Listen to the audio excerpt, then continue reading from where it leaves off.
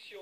C'est aujourd'hui en effet que se sont ouvertes les négociations au sein de la branche hôtellerie-restauration avec un objectif très clairement affiché, rendre à nouveau attrayantes ces professions de l'hôtellerie et de la restauration parce qu'elles ont perdu énormément de bras depuis 1 an et demi, depuis le début de la pandémie.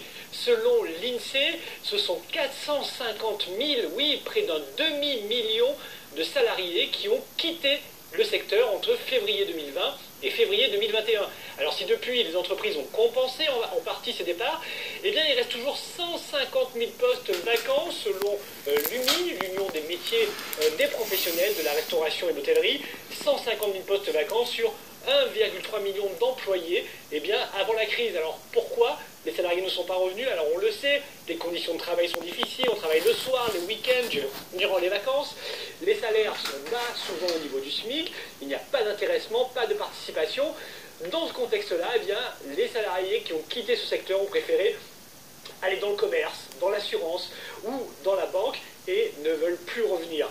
Alors, il va falloir négocier, il va falloir faire en sorte que ces métiers soient à nouveau attractifs. Alors, sur quoi vont porter les négociations?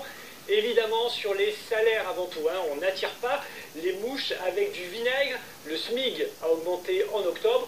Il va donc falloir augmenter les minima sociaux. L'UMI, l'Union des métiers de la profession, donc propose des hausses de 6 à 10% pour les minima de salaire dans la profession. On rappelle qu'en moyenne, les professionnels du secteur sont payés aux alentours de 1 800 € bruts. C'est beaucoup moins que la moyenne nationale qui est à 2 400 € bruts. Des hausses de salaire donc aux alentours de 6 à 10%. Les syndicats de salariés réclament davantage, réclament plutôt des hausses entre 10 et 20%. On va aussi négocier le versement éventuel d'un 13e mois. Alors ça, ce sera certainement en 2022 que ce sujet arrivera sur la table des négociations. Si l'UMI y est favorable, de même que les syndicats de salariés, les professionnels, les restaurateurs, les hôteliers, eux, ils sont réfractaires. Ça coûte très cher aux finances d'entreprises encore fragiles.